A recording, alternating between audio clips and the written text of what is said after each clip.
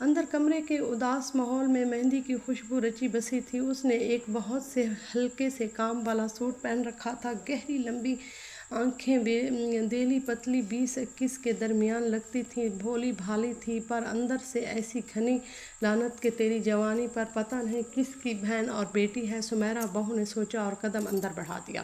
آ جائیں سمیرہ آیا، شیری کی ہلکی سی آواز میں سرشاری بھی تھی۔ یہ ہماری سمیرہ آیا ہیں، آپا ہیں، محلے کی سب سے سمجھدار آپا ہیں۔ ان کے مشورے اور محبت کا تو میں بھی قائل ہوں۔ انہی سے بہن کا رشتہ بنا لو، آج سے سب ٹھیک ہو جائے گا۔ تم پریشان مت ہونا شانزے، یہ ہے شانزے ہے۔ سمیرہ بہو نے سوچا اور کپ بیڈ کی سائڈ ٹیبل پر دھیرے دھر دیے۔ لو بھائی، اب چائے وغیرہ تو پیو، اور شیری کی باتوں میں تو بالکل مت آنا۔ اپنے محلے، اپنے گھر میں کیسی سمجھداری سے، اپنے گھر میں تو اپنا محبت اپنائیت ہوتی ہے، بس خیال ہوتا ہے کہ دکھ سکھ کا۔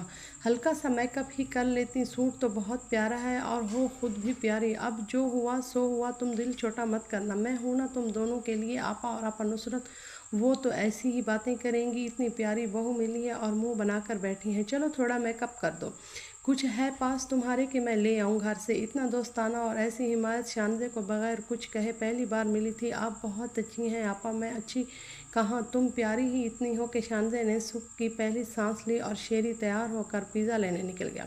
جاتے جاتے 1000 کا نوٹ سمیرہ بہو کو تھما دیا۔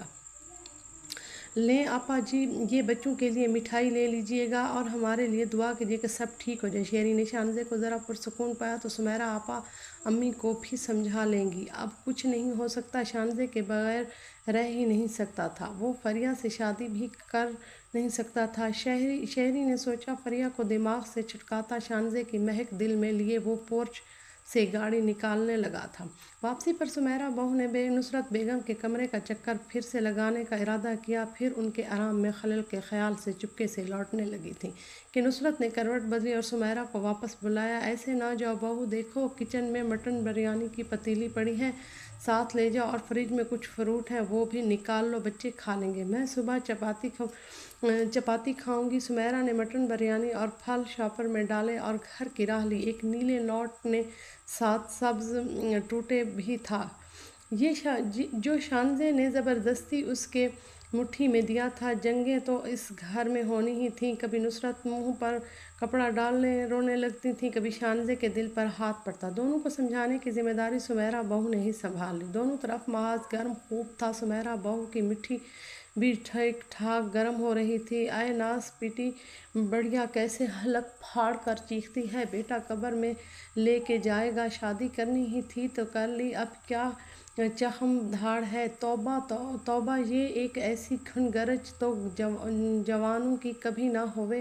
شہری محبت کرتا ہے، لاٹ کا ہے کہ نہ اٹھائے دل کی مہارانی کے۔ شانزے نے تو سارے بل کس نکال دیے تھے بڑھیا کے۔ سمیرہ بہو شانزے میں ایک سے ایک نئی امنگ جگاتی، لڑائی کا جواب دینے کے نئے کر سکھاتی۔ شانزے نصرت بیگم کی ایک کمزوری سے واقف ہو چکی تھی، سمیرہ بہو واقعی سمجھدار تھی۔ شانزے سوچتی پھر مسکرا دیتی۔ ادھر نصرت بیگم نے بھی ہتھیار کی کوئی کم خیب تیار نہ رکھی تھی۔